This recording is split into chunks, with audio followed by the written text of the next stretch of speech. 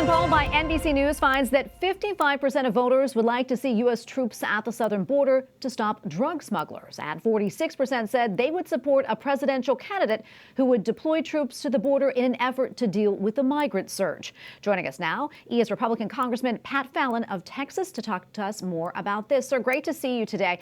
You are from a border state. You're from Texas, and I know that you've been dealing with a lot lately down there in the Lone Star State. What do you make of this poll, and what do you think about U.S. military troops at the border? I mean, do you think that will make a difference? Well, we have to do something, and I'm actually kind of surprised that it's as low as it is, because if the American people really knew the truth, I think that figure would probably be closer to 90%, because 10% are simply hopeless not to do what's in the best interest of this country. We had never had a month in our history where we had 200,000 illegal border crossings.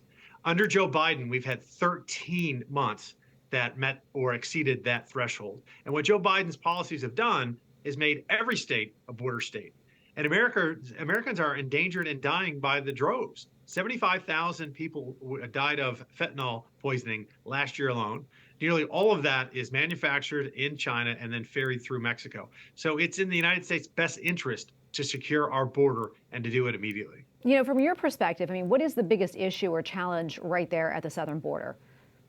It's the will of this administration to secure it, quite frankly. I mean, when you look at, say, for instance, this past month in May, they were crowing about the fact that there were only, quote unquote, only 204,000 illegal border crossings. That's the worst May we've ever had in our history, and they were trying to brag about it. But when you compare it to the last May President Trump was in office, there were 23,000 illegal border crossings. So it's 10 times worse under Joe Biden. So if we have the will and the policies like the Wait in Mexico policy, because we also understand that 99% of the folks that are crossing the border illegally are economic migrants. They're not truly asylum seekers, although that's what this administration is, guiding them and facilitating and, giving them the tools to claim falsely asylum. Okay, I want to stick to your state of Texas. Last week, you may know this, Fort Worth's website was believed to be hacked by a group known as SiegeSec because of the state's stance on so-called gender-affirming care. This says we are near the end of so-called Pride Month. Representative Fallon, remind us of the bill that Governor Abbott signed into law earlier this month. Okay. So in Texas, the legislature, of which I had served in for 8 years, did something that was highly responsible in protecting children, that said, gender affirming care, if you want to do that, you're going to do that as an adult, because I do believe, as many others feel, that it's child abuse. If you can't, the age of consent, we've agreed long ago, 50 years ago, was 18. And something that irreversible should be done and a decision made by an adult and not a child, because there are, unfortunately, some parents that aren't parenting well. Yeah, and speaking of parents, something that happened this month as well. I know that you made some comments recently during a hearing that one of your colleagues in Congress took issue with, and then she tweeted it. Let's take a listen. If I didn't have a father in my home, my father passed away a year ago, I would not be in Congress right now, for sure. Because when you're a 14 or 15-year-old, you're just not afraid of your mom, and it's hard to raise kids, as we all know, raising kids. And that's why it's easier when you have the two-parent home. All right, I'm raising two teenagers, so yes, it is hard raising kids.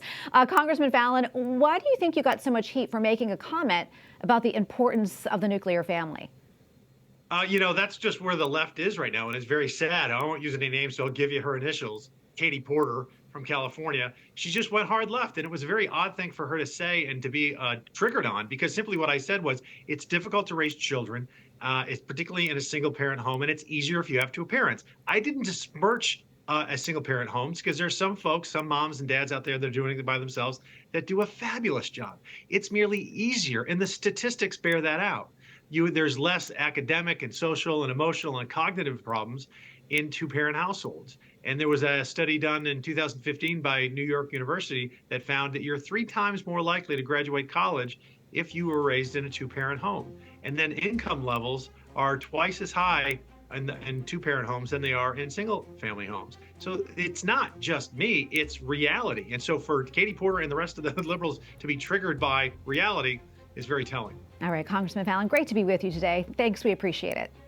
Thank you so much. God bless.